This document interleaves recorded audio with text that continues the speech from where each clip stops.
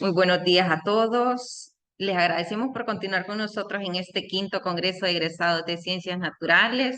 A los participantes que recién se han unido a la sala de Zoom, les damos la más cordial bienvenida y siempre es un gusto contar con su presencia.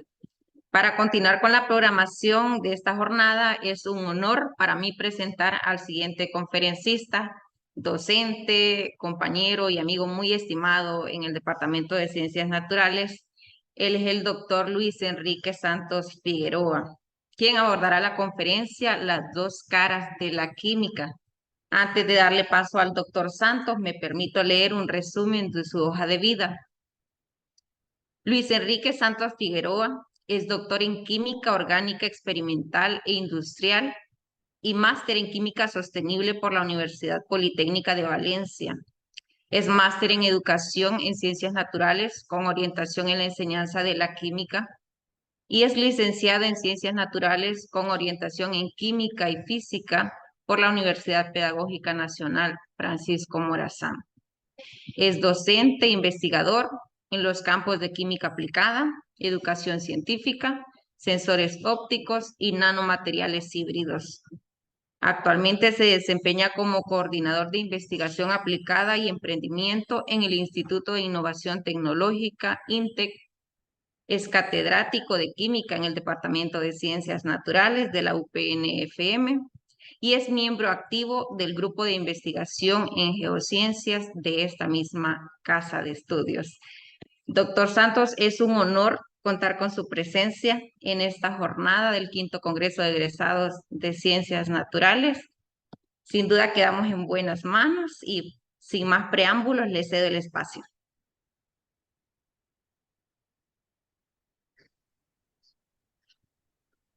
Muchísimas gracias, Cintia. Estoy intentando hacer la conexión desde la computadora para poderles compartir. Si no, le pediré que me ayude un poco con la presentación que le he compartido, pero muchas gracias por la invitación. Siempre es un gusto poder compartir con todos ustedes. Me van a perdonar si hay algo de ruido, pero he tenido que moverme de localidad. Así que están trabajando por aquí.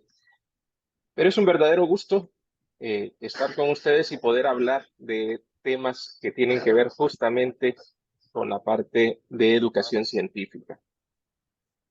Creo que la pantalla aún no se ve. Vamos a... En estos momentos estoy Sí, no se preocupe. abriendo la presentación. No se preocupe, no se preocupe. Bien, muchísimas gracias. Les comentaba.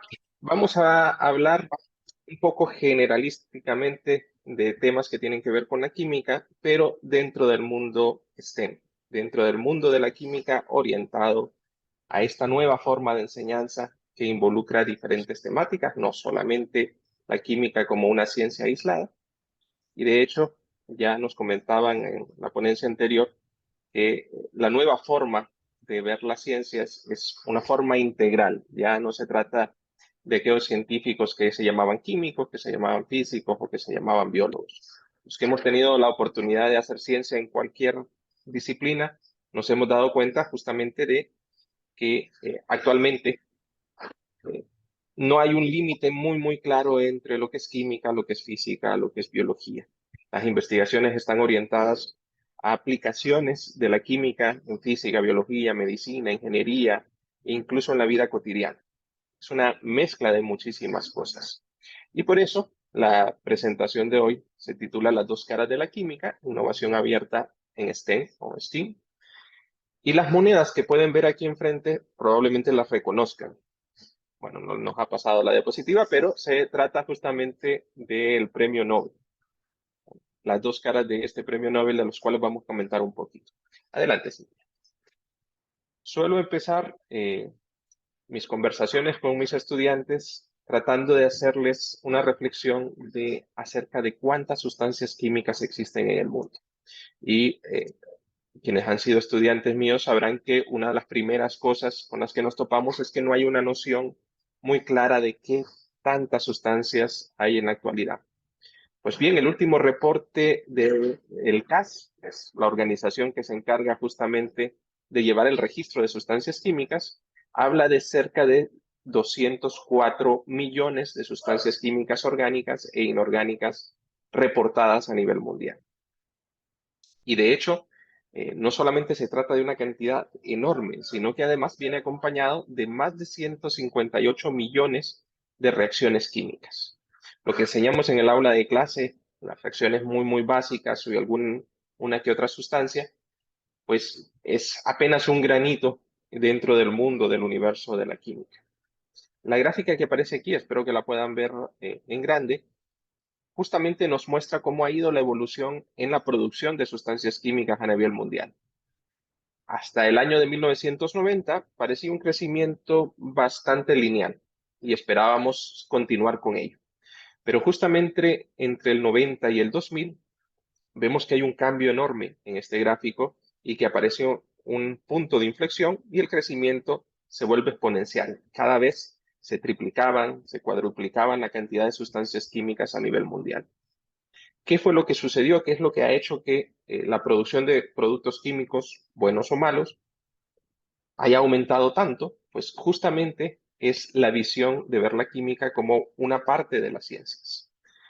Eh, Ya para 1990 aparecían las computadoras, ya tenían los científicos de todo el mundo acceso a conectividad a Internet, ya se podían comunicar con otros científicos e intercambiar información, pero no solamente con químicos, también podíamos hablar con físicos, con biólogos, ver lo que estaba haciendo cada uno en su campo y empezar a compartir información. Esto fue lo que motivó que el crecimiento en la investigación en química fuera cada vez más acelerado, para que hoy en día tengamos más de 204 millones de sustancias químicas en el mundo.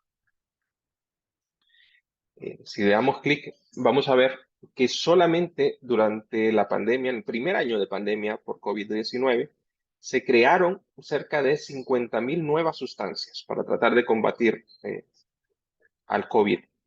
Justamente estas 50.000 nuevas sustancias se crearon gracias al apoyo de la informática, de la ingeniería, de la inteligencia artificial, de los modelos físicos y de muchísimas personas que estaban trabajando en unísono con un solo propósito, tratar de vencer al COVID.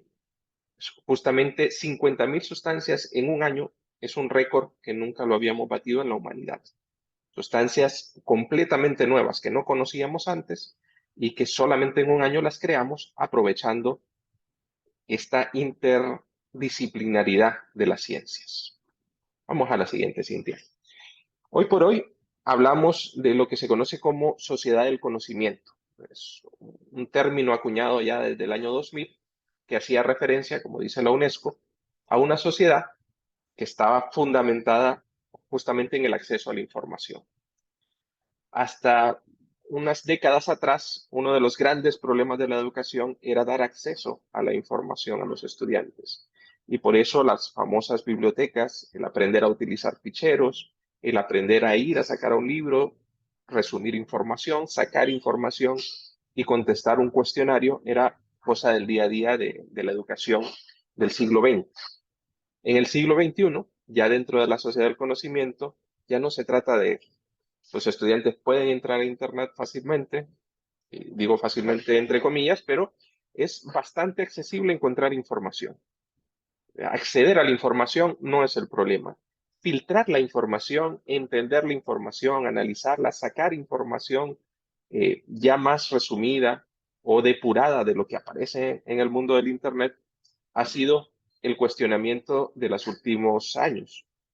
Hoy por hoy, con el uso de inteligencia artificial, se nos facilita todavía más. Le preguntamos a cualquier inteligencia artificial acerca de un tema y nos da de forma muy resumida información acerca de ello. Sin embargo, a nivel educativo, esa transición de una sociedad que buscaba dar el conocimiento de manera tradicional, el profesor enseñándole al alumno, a una sociedad donde el alumno tiene la información y lo que tiene que hacer el profesor es darle las herramientas para interpretar y analizar esa información, eso en el aula de clases cuesta bastante. Pero en la sociedad ha traído tanto ventajas como desventajas. Y vamos a la siguiente, Cintia.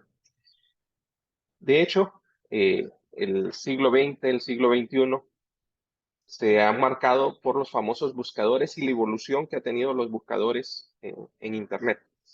Antiguamente existía justamente un programador que le decía a Google o a cualquier buscador cómo debía de gestionar la información. La gente subía información, estamos hablando de la web 1.0, pero solamente ese programador era quien realmente podía discriminar esta información es más valiosa que esta o que esta otra. En la web 2.2, estamos hablando de los años 90, ya las personas tenían la capacidad de subir su propia información. Aparecieron cosas como Wikipedia, por ejemplo, que es un repositorio de información colectiva donde cualquier persona puede subir información y por suerte hay personas que entran a corregir lo que otros han subido. Y por eso se ha vuelto una de las principales fuentes que consultan nuestros alumnos. No es la mejor, pero es una de las más accesibles. Existían, por supuesto, algoritmos que permitían en las búsquedas eh, encontrar la información que más se había citado, información por popularidad. Y entre más veces era citada o entre más veces era encontrada por alguien, pues era lo que aparecía al inicio de los buscadores. Hoy por hoy eso se ha cambiado a la inteligencia artificial.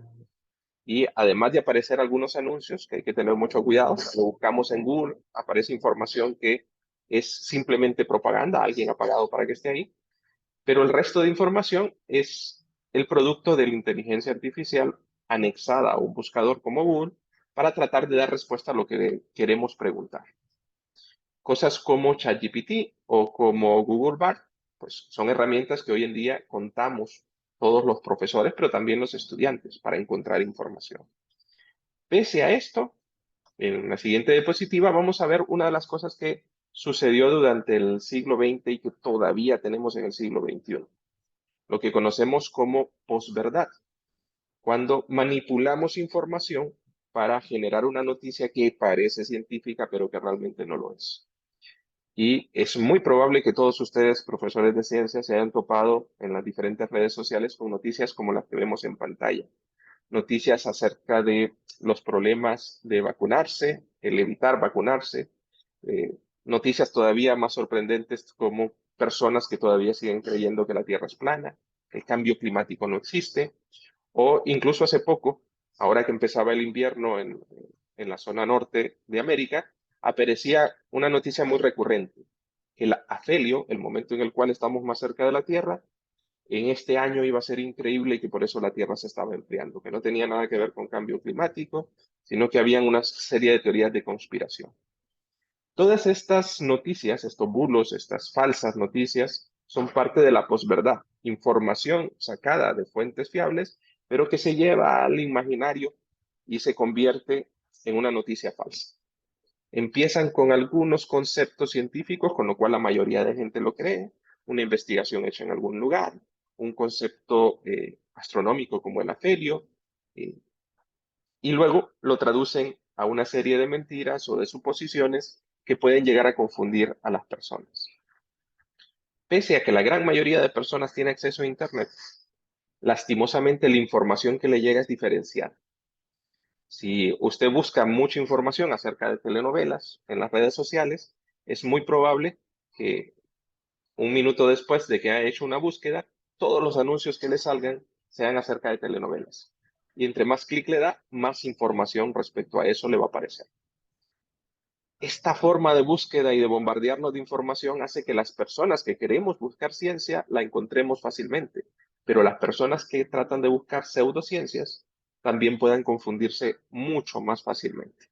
Si buscan la Tierra es plana, van a empezar a ver una serie de teorías conspiratorias de que el gobierno ha hecho que engañarnos de que la Tierra es redonda y que realmente es plana, lo cual nos hace retroceder varios siglos atrás. Y lastimosamente es información que cada vez le sale más a más personas y empiezan a creerse. Si damos clic en la siguiente, veremos que este fenómeno ha ocurrido desde hace muchísimo tiempo, desde el siglo XX. No es cosa del siglo XXI, pero se ha popularizado en el siglo XXI. Un famoso divulgador científico, Neil deGrasse Tyson, dice que la vacuna contra estas pseudociencias, contra esta posverdad, la vacuna contra los charlatanes del mundo es justamente explorar la ignorancia que hay sobre un tema y pasarlo por lo que Karl Popper llamaba el principio de falsabilidad. Es decir, hacer investigación para demostrar si se trata de una pseudociencia o realmente de conocimiento científico. Muchos científicos famosos, físicos famosos, astrónomos famosos, conocen todo lo que se habla día a día acerca de la astrología, de cómo los astros pueden predecir nuestro comportamiento, de si nos vamos a enamorar, si vamos a encontrar la fortuna. Esto es un pasatiempo para ellos. Lo pueden leer, reírse y decir, bueno, no tiene nada que ver la fecha en que usted nació con los astros que están sobre su cabeza hoy en día. Sin embargo, muchas personas que no cuestionan si esto es verdad o no, se lo pueden llegar a creer y hacer que sus acciones vayan conforme a esta pseudociencia. Pues justamente el principio de falsabilidad nos dice que lo que tenemos que hacer es investigar, poner a prueba el conocimiento que nos llega. Y si bien cosas como que la Tierra es plana es probablemente que a ninguno de ustedes engañe, porque todos son profesores de ciencia, estoy casi seguro que les ha aparecido en TikTok, en Facebook, en Instagram, alguna noticia que de repente les ha hecho dudar.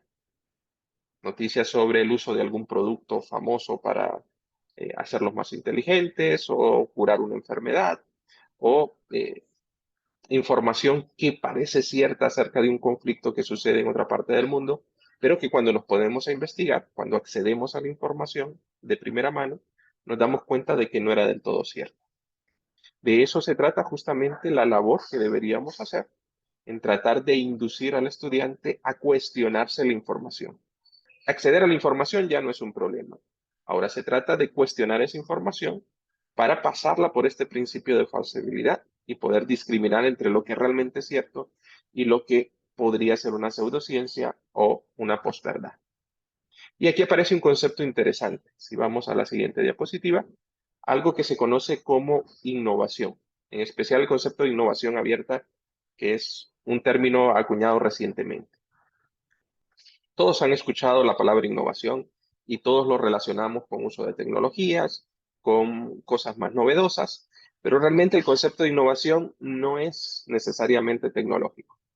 Se trata de cómo hacer que ideas alternas, ideas externas, colaterales, cómo hacer que otras ideas fuera de lo que estamos haciendo nos permitan llegar a nuestro propósito, a nuestros objetivos. Y la idea de innovación abierta justamente introduce que esas ideas no necesariamente están en nuestro círculo. De hecho, muchas de las grandes investigaciones que hoy en día están dando fruto nacieron a partir de observar lo que está sucediendo en otro campo del conocimiento. Un químico hace un gran descubrimiento observando lo que los físicos, lo que los biólogos están necesitando, lo que el matemático ha predicho, y la integración de todo esto nos genera algo nuevo, algo innovador, que consigue llegar a la público meta o al objetivo que queríamos hacer o resolver un problema que antes no se podía resolver.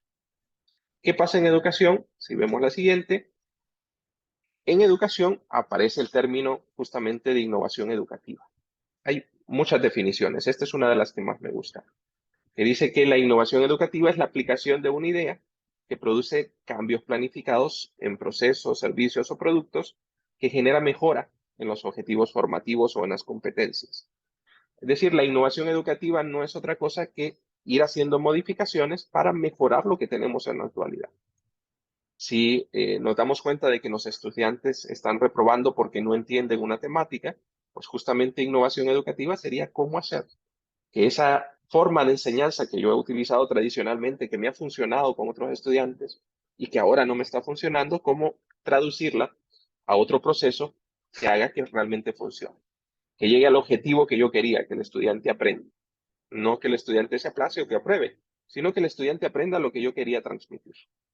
Por supuesto, esto que en papel y en definiciones es bastante bonito y sencillo, todos sabemos que en la vida real no es tan sencillo y que la innovación llegue al aula de clases muchas veces es complicado cuando tenemos formación tradicional. Si vemos la siguiente, notarán una serie de imágenes que probablemente muchos de ustedes han visto. Imágenes donde se critica a la escuela como justamente la que evita que los estudiantes sean creativos, sean innovadores, la que corta sus ideas para que casen con un modelo. E incluso modelos de innovación educativa donde se introduce un proyector, una pizarra inteligente, el uso de Internet, pero la clase sigue siendo exactamente la misma que se daba tradicionalmente en un pizarrón. Justamente esos modelos tradicionales son contrarios a la idea de innovación, aunque lo llamemos innovación. Incluso el uso de ChatGPT, de inteligencia artificial, para seguir enseñando lo mismo de la misma manera, hace que no sean innovadores, que la revolución esté fuera de las aulas de clase, pero no llegue a nosotros. Una primera cosa que me gustaría que quedara muy clara, la presentamos en la siguiente diapositiva, es que la innovación y la tecnología no son lo mismo.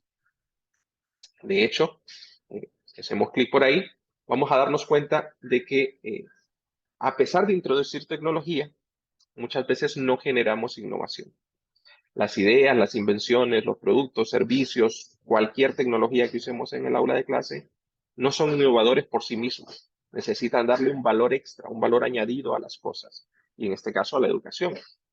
¿Qué es lo que hace la diferencia? Pues vemos en la siguiente que justamente cuando el uso de tecnologías, el uso de modelos, el uso de principios o de prácticas didácticas nos convierte en algo diferente o nos lleva a otros sitios donde no hemos estado o a cuestionarnos las cosas, es cuando el uso de todas estas tecnologías hacen que se vuelva innovador. Durante la pandemia todos fuimos puestos a prueba al tratar de utilizar tecnologías de comunicación, las famosas TIC, tratar de utilizar Zoom, de utilizar WhatsApp para enseñar. Y nos topamos con la barrera de que la forma en que enseñábamos no cuadraba muy bien con el uso de tecnologías. Es decir, hacer una presentación como la que estoy haciendo yo el día de hoy sigue siendo tradicional. Hasta el momento no hemos introducido nada innovador. Es un profesor hablando de algunos conceptos a estudiantes, a un público, con una pizarra.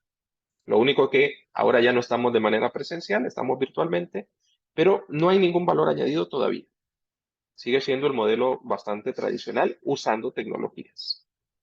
Bien, hagamos un pequeño ejercicio acerca de cómo la educación debería llevarnos a ser innovadores. Una pregunta que suele aparecer en las aulas de clase e incluso fuera, en las casas, es ¿qué es mejor, si la azúcar blanca o la azúcar morena? Y aquí se abre un gran debate. Hay personas que dicen, no, yo consumo azúcar morena porque es la más saludable. Otros dicen, la azúcar blanca endulza más. Hay quienes dicen, no, yo prefiero la intermedia, la azúcar rubia. Les voy a pedir que aquí en el chat, muy brevemente, me digan qué prefieren ustedes, si tienen que comprarla, azúcar blanca o azúcar morena. No me digan por qué, solo díganme cuál es la que ustedes utilizan o la que ustedes recomendarían como profesores de ciencias. Vamos a ver qué nos dicen en el chat para no abrir micrófonos y no se nos extienda tanto. Azúcar morena es la que yo uso, dice alguien por ahí. Azúcar morena, dice otra persona. Azúcar morena, parece que va ganando la azúcar morena. Definitivamente hay más personas que usan azúcar morena que azúcar blanca, profesores de ciencias. Ahora, el gran problema es el por qué usan azúcar morena. Pues hay un concepto científico que dice, bueno, la azúcar blanca es más refinada, utiliza más químicos para pasar la caña de azúcar o el producto de origen del azúcar, pasarlo por diferentes procesos químicos hasta llegar al azúcar blanca. Eso es cierto.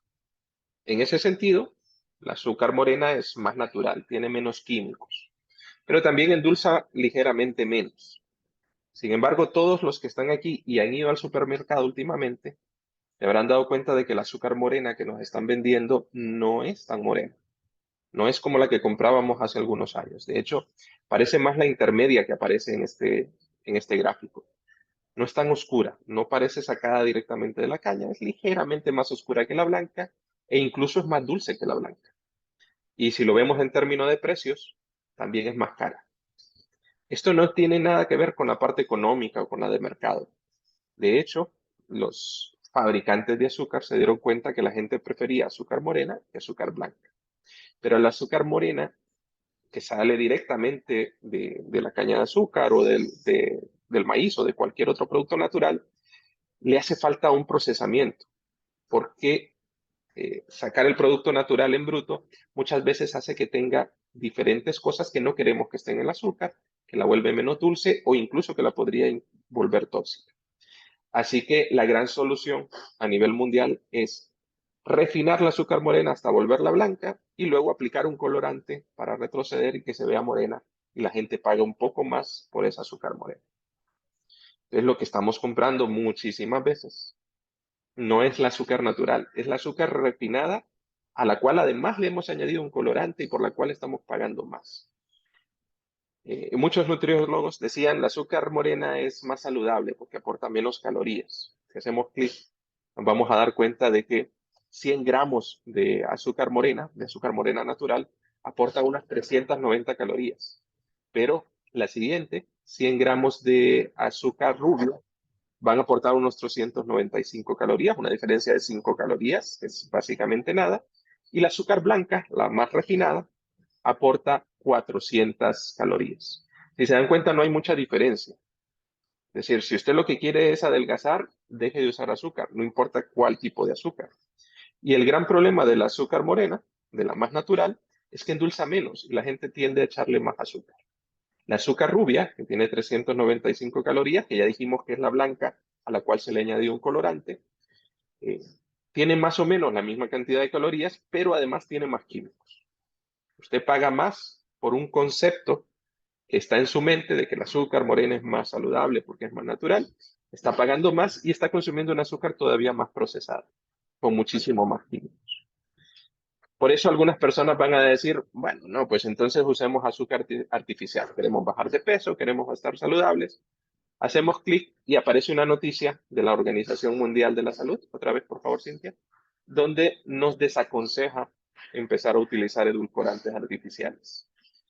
A inicios del 1990 más o menos, perdón, si retrocedo un poquito ahí.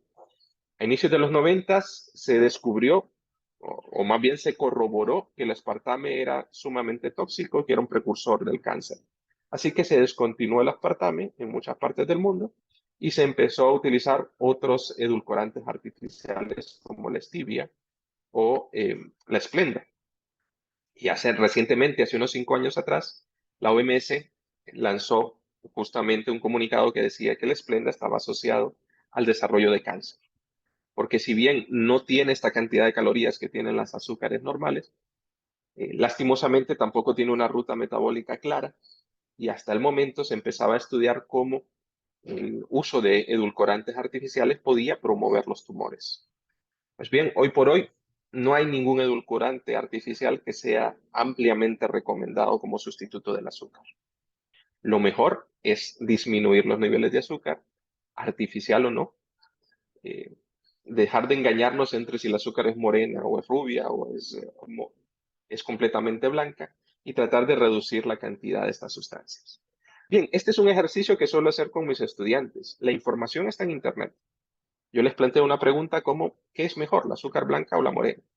Entren a Internet, pregunten a ChatGPT y luego planteen el por qué.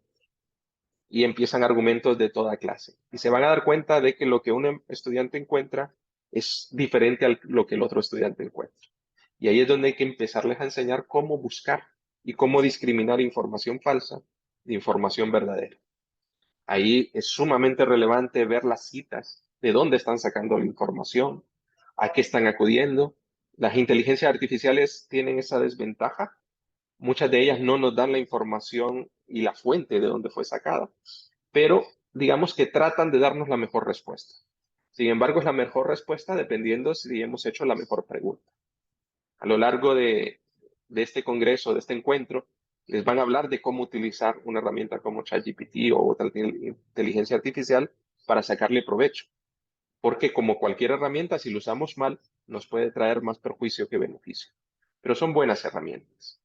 Ejemplos como este podríamos dar muchísimos. En la siguiente diapositiva, por ejemplo, les planteo otra cuestión que solemos estudiar en cursos de química ambiental entre si las medicinas tradicionales que decían la abuela, utilice ajo o utilice jengibre si le duele la cabeza, si le duele la garganta, o si padece de la presión, consuma estos o estas combinaciones, si esa es realmente información veraz, si es cierto, si funciona. Pues hoy por hoy muchos estudiantes de entrada nos dicen que no, de que no funciona, que es una creencia, que es una posverdad o una pseudociencia. Pero a medida que los hacemos que busquen información, se dan cuenta que dentro de estos productos naturales existen antibióticos naturales que hacen que funcionen. Los profesores solemos padecer mucho de la garganta porque abusamos de nuestra voz y la mayoría de nosotros hemos probado el utilizar el jengibre con limón y miel para tratar de ayudarnos a la garganta. Si bien esto no va a evitar una infección, no, si hay algún médico en la sala que por favor no diga que estoy diciendo que dejen de usar antibióticos, pero puede prevenir una infección. Cuando usted se siente mal, un antibiótico natural en pequeñas dosis puede ayudarle a evitar que una infección empiece a crecer. Por supuesto, si ya tiene un problema médico, hay que acudir al médico y utilizar un antibiótico ya prescrito. Pero la gran lección es cuando empezamos a ver la fórmula química, la estructura química de un antibiótico natural y de un artificial. Y nos damos cuenta que es la misma. La gran diferencia es la dosis. Para que nosotros tengamos suficiente penicilina o ampicilina o amoxicilina en un producto natural, tendríamos que consumir grandes cantidades, galones de ese producto, con lo cual no llegamos a la dosis necesaria para atacar una infección. Mientras que una pastilla o una inyección nos la da inmediatamente, pero el producto es el mismo. Y la gente confunde natural con artificial, diciendo lo natural es bueno y lo artificial es malo. Y muchas veces la única diferencia es si lo hemos sacado, sintetizado en un laboratorio o lo hemos hecho por extracción de un producto natural. Bien, si vamos a la siguiente, estos son algunos ejemplos de cómo introducir esa forma de buscar en los estudiantes, de forma, digamos que un poco más innovadora. Cuando hablamos de investigación, en especial en investigación en ciencia, en tecnología, ingeniería y matemáticas, en STEAM, nos damos cuenta de que no se trata de una disciplina. No hablamos de investigación en química, física, biología o en una disciplina matemática.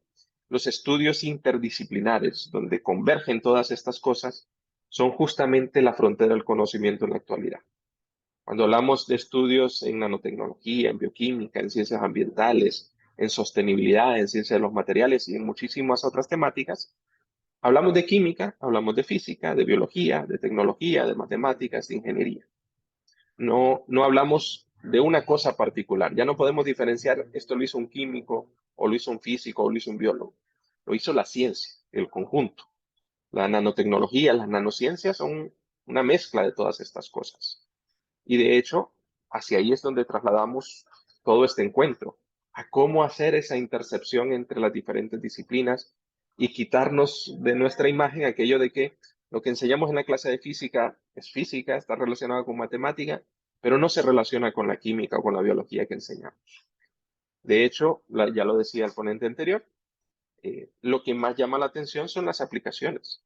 Cuando logramos que aquello que enseñamos en el aula de clase tenga sentido en nuestro diario vivir o se relacione con cosas que conocemos. Y eso lo logramos en los estudios interdisciplinares, en los estudios tipo STEAM. Lo mismo nos sucede con la innovación. Si vemos un poquito más adelante, cuando hablamos de innovación tipo STEAM, en la siguiente diapositiva, se trata de, como ya lo dijimos, darle valor añadido a las cosas, al producto de una investigación, al producto de una aula de clase, y lograr ir más allá de los límites de sus pares, más allá de lo que puede hacer la química, de lo que puede hacer la física, de lo que puede hacer la matemática o la biología. Lo único que logramos es justamente avanzar, porque ya no nos estamos encasillando en una disciplina estricta. Logramos desarrollar investigaciones que son más cooperativas y logramos producción interinstitucional, porque ya no se trata de un laboratorio de química haciendo cosas de química ahí mismo o de un observatorio astronómico viendo las estrellas. Se trata de lograr producción multidisciplinar entre varias instituciones y de generar algo que se llama inteligencia colectiva. Este concepto de inteligencia colectiva lo han utilizado muchísimo en informática y es el que permite ver la realidad desde diferentes puntos. Es decir, que no somos dueños de la realidad si tomamos solamente un punto de vista.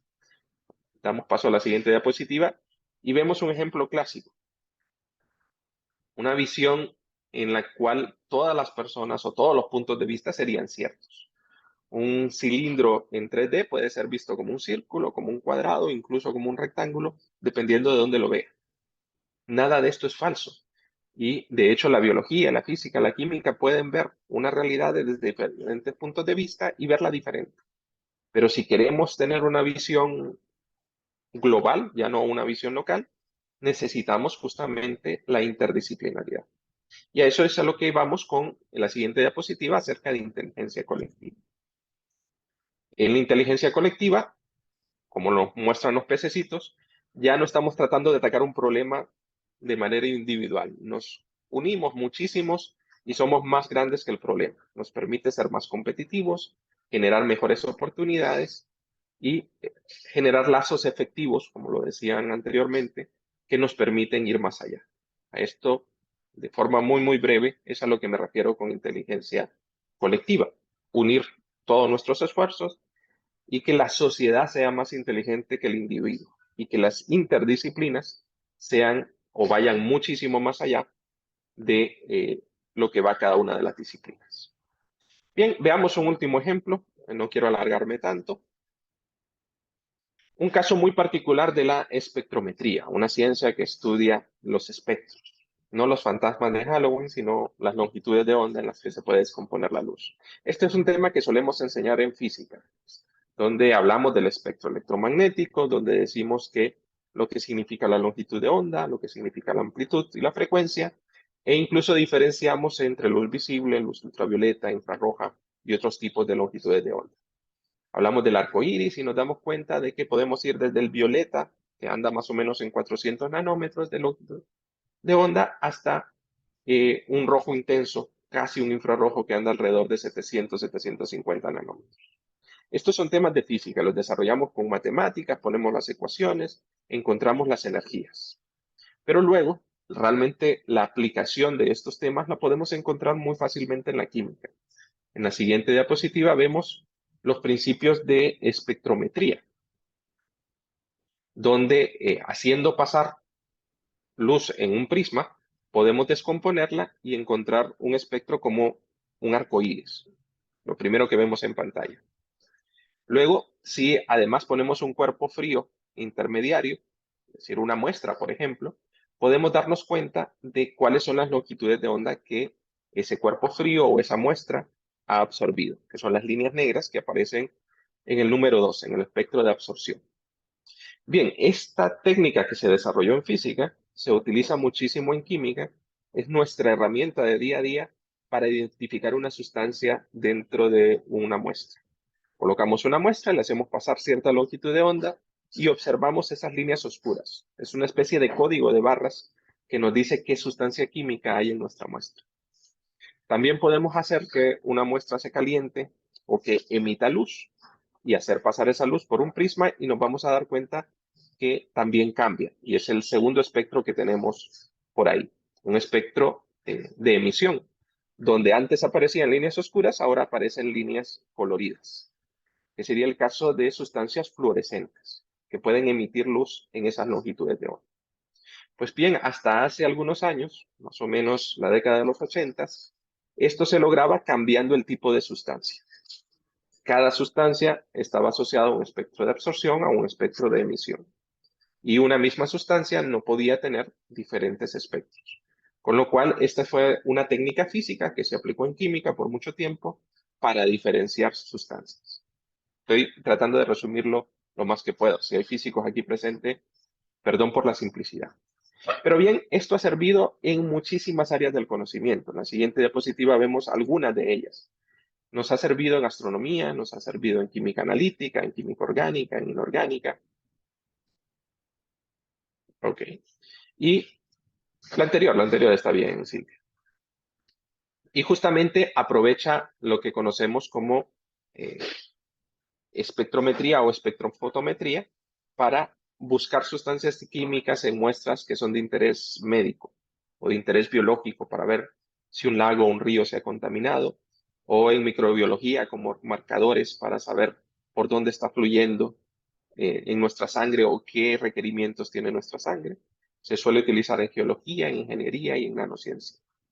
Es decir, es una de las técnicas más versátiles y donde vemos cómo la física y la química han generado una técnica muy poderosa que tiene aplicaciones y muchísimas de ellas son en biología. Pues bien, ya para ir finalizando esta conferencia, quiero mostrarles en la siguiente diapositiva cómo esta técnica está asociada al Premio Nobel de Química del 2023. Y es aquí donde vemos la primera cara de la moneda. El Premio Nobel del 2023 en Química se fue dado a estos notables científicos por el desarrollo de lo que se llama quantum dots o puntos cuánticos, que no son otra cosa que nanopartículas que pueden cambiar sus propiedades espectrofotométricas. Es decir, pueden cambiar sus colores, tanto los colores de emisión como los de absorción. Entre ellos hay físicos, hay químicos y gran parte del por qué les dieron el premio Nobel es por sus aplicaciones en biología, es decir, la interdisciplinaridad en todo esto. Ellos se dieron cuenta de que hay un fenómeno cuántico en el cual el tamaño de la partícula puede determinar el color con que se emite, no solamente el tipo de sustancia. Y aprovechando este fenómeno, en la siguiente diapositiva, podemos ver lo que han logrado. Ellos han generado partículas metálicas, los han recubierto de sustancias orgánicas y a estas sustancias les han hidrolizado o les han anclado otro tipo de cosas, como drogas, como proteínas, como anticuerpos, y dado que dependiendo del tamaño que tienen pueden cambiar de color, nos pueden servir para identificar cosas. Por ejemplo, una nanopartícula, un quantum dot recubierto con una droga, podemos hacer que llegue a un tumor en específico y que combata ese tumor, que solamente se pegue a ese tumor por receptores específicos. O podemos utilizar otro quantum dot al cual lo rodeamos con un anticuerpo y que pueda detectar un virus muy particular. Estas son aplicaciones en biología, pero lo mismo nos sirve para aplicaciones en ingeniería y en electrónica. Podemos jugar con estas nanopartículas, con el tamaño de la partícula y generar diferentes colores. Colores que, como pueden ver en pantalla, son muy diferenciados. Podemos tener tonalidades que antes no podíamos tener y hemos evolucionado de tener televisores plasma, que utilizaban una tecnología un poquito más vieja, a tener televisores tipo LED, que hoy por hoy son los famosos Smart TV, que pueden darnos una fidelidad de 8K, que va mucho más allá de lo que antes habíamos logrado gracias a tecnologías como estas. Pues bien, esto no, a pesar de que el premio Nobel se acaba de dar en 2023, este conocimiento no es nuevo, empezó en los años 80, cuando Alexei descubrió que los cristales que él estaba fabricando, los nanocristales que él estaba fabricando, tenían propiedades diferentes dependiendo del tamaño que tenían. En los años 90, Louis Bruce estudió ese fenómeno y se dio cuenta de que esos eran efectos cuánticos y generó toda la matemática, toda la física para desarrollar este mismo comportamiento ya no solo en cristales, sino en cristales suspendidos en un fluido. Y en el 93, hace ya varios años, Manwig eh, diseñó una síntesis química, químico orgánico, diseñó la síntesis para generar nanopartículas al tamaño, la forma y la especificidad que nosotros queramos. Pues bien, gracias a todos ellos es que hoy por hoy tenemos esta tecnología a disposición, por eso han sido galardonados con el Premio Nobel de Química del 2023. Hay muchísimas aplicaciones en la actualidad y se espera que hayan muchísimas más en los próximos años. En la siguiente diapositiva pueden ver aplicaciones como biomarcadores en medicina, que ya se están probando, como uso en tecnologías de realidad aumentada, de mejora de cámaras, de dispositivos de lumicidad, pero también en la producción de energías renovables o incluso en la creación de computadoras cuánticas que va a mejorar muchísimo la informática mundial. Pues bien, por esto, por esta serie de conocimientos interdisciplinares, es que se ha dado un premio Nobel en química, a pesar de que sus bases son físicas y su aplicación es biológica. A esto es a lo que vemos como STEAM, justamente, y es lo que tratamos de incentivar a enseñar en el aula de clase. No ver la química como solamente química o la física como solamente física, o la informática y la matemática aisladas de todo esto. Es justamente el conocimiento conjunto el que nos permite avanzar. Y bien, en la siguiente diapositiva simplemente voy a hacer un guiño a algo de lo que hemos estado hablando acerca de el uso de inteligencia artificial en el aula de clase. Ya tendrán un taller más adelante para que puedan aprender cómo utilizarlo, pero quiero dejar claro que, por ejemplo, el ChatGPT es un modelo de lenguaje que fue lanzado en 2022 por esta compañía OpenAI y que es parte de una serie de programas, de tecnologías de generación eh, de transformadores generativos preentrenados. ¿Qué quiere decir esto? Que aprendieron de los humanos. Es decir, es una inteligencia que aprendió practicando con humanos y que ha sido diseñada para generar texto, como ya lo sabemos. Probablemente todos ustedes lo han utilizado. Ahora, la forma en que nació también nos dice las deficiencias que puede llegar a tener. En la siguiente diapositiva, por ejemplo, nos damos cuenta de que al ser una inteligencia que nació entrenada por humanos, tiene la limitante que los humanos le dieron. Si damos clic en la siguiente, Cintia, una de las primeras cosas que nos dice OpenAI de cómo generó esta inteligencia es que generó algoritmos que eran capaces de aprender del ser humano y luego le puso entrenadores humanos que empezaban a conversar entre sí. Uno preguntaba, el otro respondía, mientras ChatGPT iba aprendiendo cómo se responde y cómo se formula la pregunta.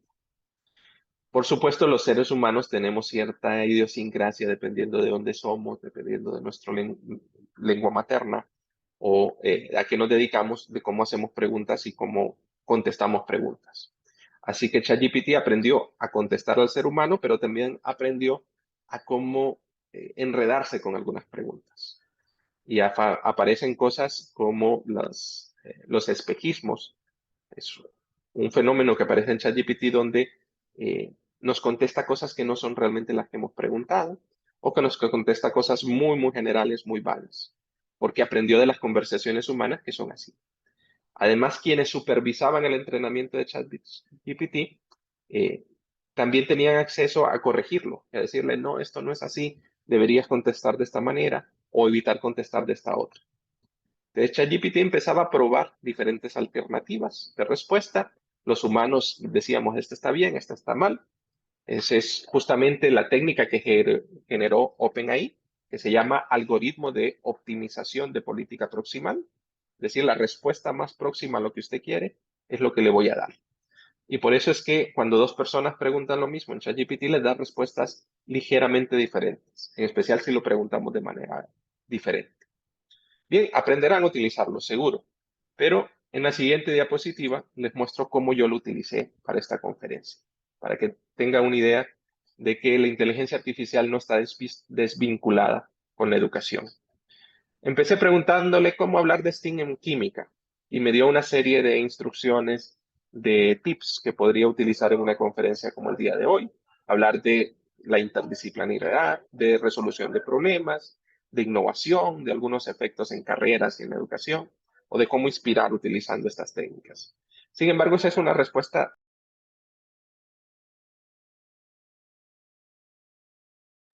Parece cuando nosotros le damos instrucciones más precisas y le decimos que se ponga en un papel. Y yo le he puesto aquí una definición muy, muy corta donde le digo, ponte en el papel de un conferencista que se va a dirigir a un grupo de docentes de educación media y que quiere mostrar cómo la ideología STEAM se puede utilizar en la investigación y en la innovación en química.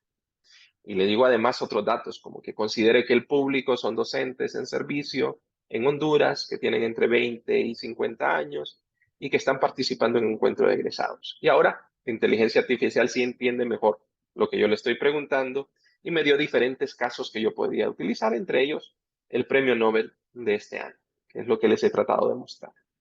Pues bien, aquí estamos haciendo uso de algo que es simplemente tecnológico para tratar de innovar y de convertirlo en conocimiento que les pueda servir a nuestros estudiantes o en este caso al público que ha tenido a bien escucharme el día de hoy. Con esto y en la siguiente diapositiva, pues les doy las gracias por haberme escuchado. Espero haberlos entretenido un poco, que hayan aprendido y por supuesto abrimos la ventana a cualquier pregunta que surja del público. Muchísimas gracias.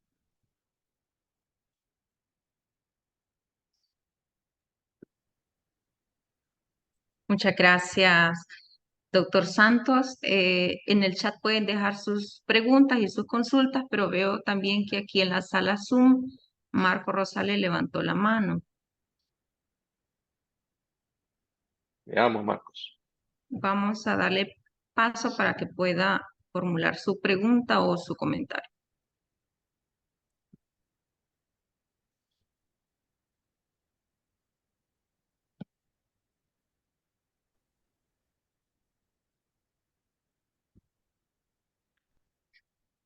¿Puede habilitar su No. micrófono? Ok, perfecto. Hola, muy buenos días. Muchísimas gracias, muy amable, por esta conferencia, doctor Luis. Un gusto vernos acá, aunque sea un poco en la distancia, luego de varios años. Eh, Apagó su micrófono, Marco, perdón. No le escuchamos. Disculpe, creo que ahora está funcionando bien. Aquí nos está atropellando la tecnología, pero vamos a continuar. Un gusto saludarlo, le decía, doctor, luego de varios años que nos encontramos por la universidad, y le agradezco mucho por esta conferencia y quisiera plantear acá una postura para conocer su impresión o su opinión. Eh, este congreso se basa en ver las virtudes que tiene este modelo STEAM, cómo esto tendría que verse reflejado en las currículas universitarias para poder preparar a compañeros, a docentes, de forma, con pensamiento multidisciplinario. Estamos muy enfocados en ser especialistas, y así se han hecho los programas, el que yo estudié, quizás el que usted estudió también. Y ahora vemos que hay una enorme virtud en abrir no solamente los conocimientos y las habilidades a diferentes áreas simultáneamente. ¿Cómo cree usted o cómo ve usted el futuro de la UPN en este aspecto? Muchas gracias. Gracias, Marco. De hecho, es un placer saludarle. Marco es un buen ejemplo de personas que han salido, han estudiado y que han regresado al país a tratar de dar parte de ese conocimiento a nuestro querido país. Bien, respecto a lo que comenta, yo diría que uno de los engaños más grandes es que las reformas educativas empiezan con el currículum. Yo diría empiezan en el aula de clase. Cuando llegan a traducirse en el currículum ha pasado muchas cosas. Y de hecho, para que haya una reforma del currículum va a costar un poco de tiempo. Hay muchas cosas legales y cosas que deben de vencerse, formas tradicionales de hacer las cosas. Y de hecho, muchos de los profesores que están presentes luchan día a día con los contenidos, con una educación ni siquiera basada en objetivos o en competencias, sino una educación del siglo XIX basada en contenidos. Hay que dar estos contenidos sí o sí. Teóricamente, nuestro currículum está basado en competencias, el actual. Deberíamos no estar pensando en que el estudiante tiene que aprender todos estos contenidos, sino que tiene que desarrollar estas habilidades, estos conocimientos. Así está hecho, en teoría. El gran problema es que en el aula de clase seguimos enseñando contenidos, no competencias. Nos interesa cubrir contenido y no desarrollar habilidades. Entonces, en este caso, por ejemplo, el currículum está más adelante de nosotros. Eh, la educación por competencias ya es una educación tipo STEAM, ya es interdisciplinar. El currículum ya nos marca, a pesar de que hay una clase de química, de física, de biología, y que hay temáticas muy de química, física y biología, las competencias son interdisciplinares. Para que un estudiante desarrolle la capacidad de hacer análisis lógico de gráficos, eso no es matemático, no es física, no es química, va en todos los campos. Entonces, yo diría que el paso y justamente la labor de la Universidad Pedagógica, de estos encuentros y de cada uno de ustedes, es traducir eso que aparece en el currículum a la realidad. ¿Cómo lo logramos? Las ferias de ciencia han sido tradicionalmente, por ejemplo, cuestionadas en cuanto a, hay una feria de química, una feria de física, una biología, una olimpiada de cada cosa, y lo que necesitamos es que el estudiante salga de ese casillero, se salga de la caja y empiece a ver aplicaciones en cada campo. Muchos de los profesores egresados no son profesores en química, física o biología, son profesores de ciencias. Deberían de tener ya la visión interdisciplinar. Y el problema es que llegan al aula de clase y se vuelven otra vez disciplinares. No es malo, pero no es lo ideal con lo que está pasando en el resto del mundo. Y ese es justamente una de los retos que tenemos en la Universidad Pedagógica y de las razones por las cuales este encuentro está orientado a abrir esa visión para que veamos oportunidades, para que generemos nuevas propuestas didácticas donde se pueda hacer ese intercambio entre disciplinas. No es fácil, pero hay mucho que podemos hacer.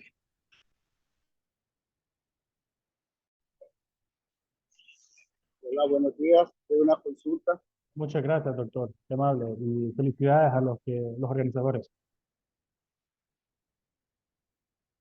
Hola, buenos días. Quiero una consulta. ¿Se podrá?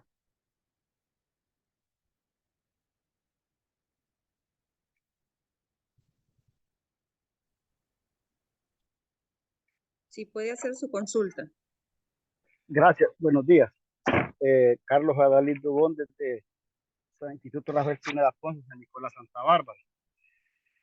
Tras de que vi el cronograma soy egresado de la pedagógica, ciencias naturales, vi la metodología STEAM y me puse a investigar ayer y lo que han dicho los expositores anteriores me parece bien. Mi consulta es, ¿qué consejos, qué orientaciones nos podrían dar, aparte de la autocapacitación en YouTube, cómo aplicar la metodología STEAM basada en la currícula, en el currículo nacional básico que tenemos aquí en Honduras, en el área de naturales, matemáticas, física, bueno, ciencias naturales, séptimo, octavo, noveno, química, física, biología, lo que es nivel medio, desde primero BTP, décimo, onceavo y doceavo.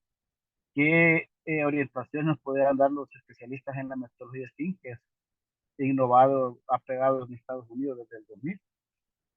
Y nosotros, dentro del currículo, ir haciendo las adecuaciones de lo que estamos aquí en la área geográfica. Por ejemplo, aquí en San Nicolás de Antártara, no vamos a hablar sobre palma africana, tenemos que hablar algo relacionado a la caficultura, por ejemplo. En la costa atlántica, pues es palma africana, no vamos a hablar de café. Eso lo entiendo bien. ¿Qué, qué orientaciones, qué consejos, qué tips, qué trucos, qué ayudas nos podrían servir para aplicar la metodología STEAM adecuada a nuestra zona? Gracias.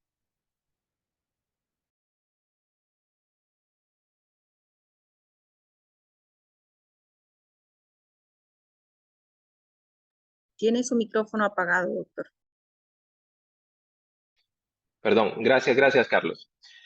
Le decía que parte de lo que usted está haciendo es lo que queremos lograr, justamente que se hable sobre esta temática, de que compartamos información con otros colegas, de que veamos qué es lo que podemos hacer en conjunto, justamente lo que usted dice, no hablemos de cosas que no tenemos al alcance, hay cosas a nuestro alrededor que son el día a día de nuestros estudiantes.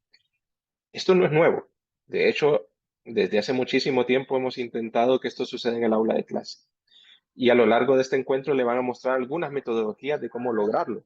Pero se trata de que lo que hace el agricultor cerca de su escuela, lo que hace el profesor, lo que hace el ingeniero, se mezcle para dar nuestra clase, no sobre el contenido estricto que hay que cubrir, sino sobre la habilidad, sobre el conocimiento que queremos desarrollar.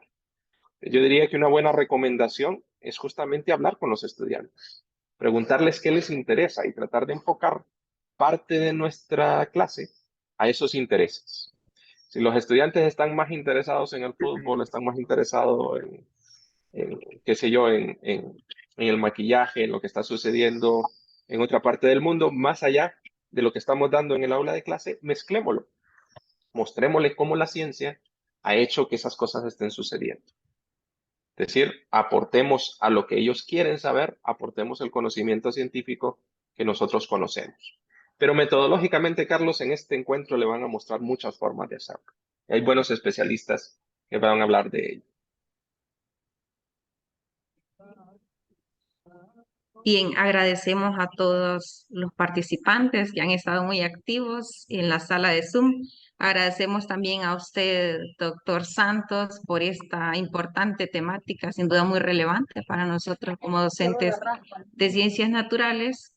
Y pues por cuestiones de tiempo ya vamos a ir cerrando este espacio en nombre de la Universidad Pedagógica Nacional Francisco Morazán y del Departamento de Ciencias Naturales. Queremos hacerle entrega de un diploma de reconocimiento por esta importante conferencia. Vamos a ver si nos ayuda a compartir el diploma, Eduardo.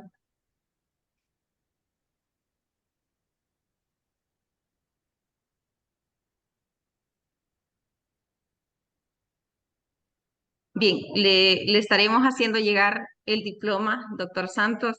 Nuevamente agradecemos Aquí va el diploma por su al tiempo maestro, doctor. y por sus conocimientos. Ya lo tenemos aquí en pantalla.